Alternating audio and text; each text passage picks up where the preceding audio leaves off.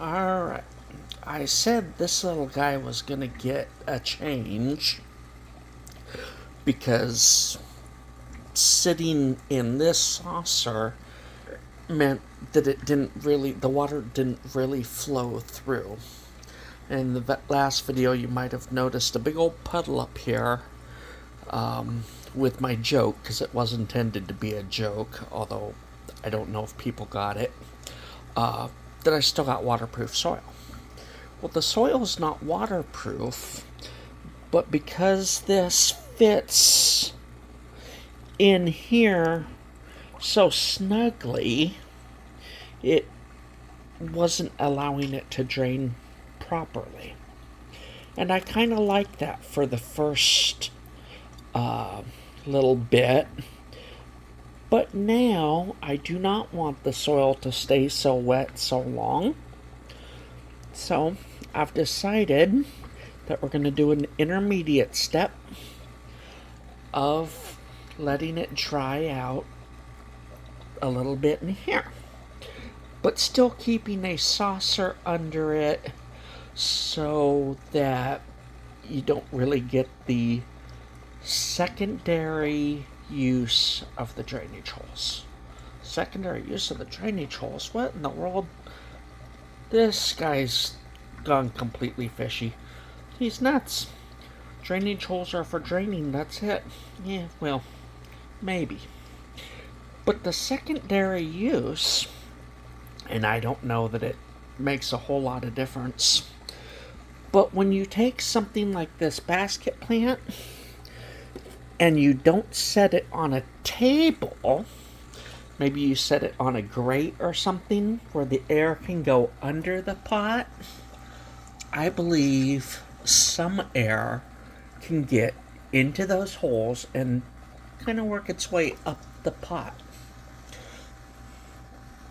Probably to no great effect. It's not like you're going to notice. But it may help dry this pot faster. Of course, might help if there wasn't water down there creating humidity. But this pot may dry a little faster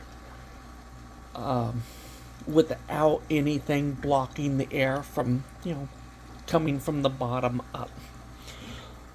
I don't know. I don't know that you're going to get a big effect from that, but it is a healthy plant.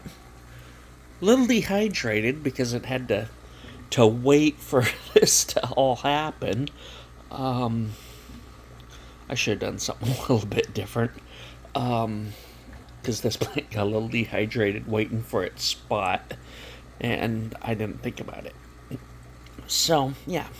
We're going to go ahead and keep it in the saucer so that it can't dry out quite as fast as maybe it could if I just set it, something like this where air could get to those holes easily. Now, I don't want it drying out quite that fast. I want the roots to have like an intermediate period where it's not soaking wet, but doesn't get, completely dry too quickly either.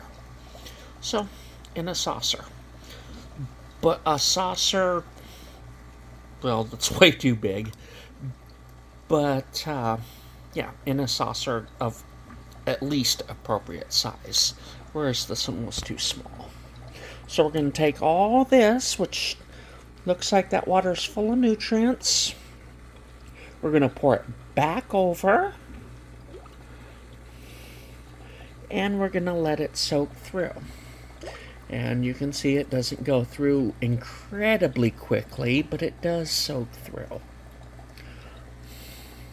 And it looks like it is filled up just past the holes. Great. I'm looking over the phone, not paying attention when I'm filming. Yep, it looks like it's filled up just the way I wanted it to. It went through pretty quickly, and now it's, sitting in a puddle of water. Oh, don't do that. You need to dump that water out. Yeah, I know. I don't care. I don't always follow the rules. I want this to stay dry or moist longer, just not continuously. So, yeah, I will let that evaporate out before I add more. There goes the lights. Just to the fish tanks this time. So, yeah, I will let it sit in water, but I have my reasons. Okay.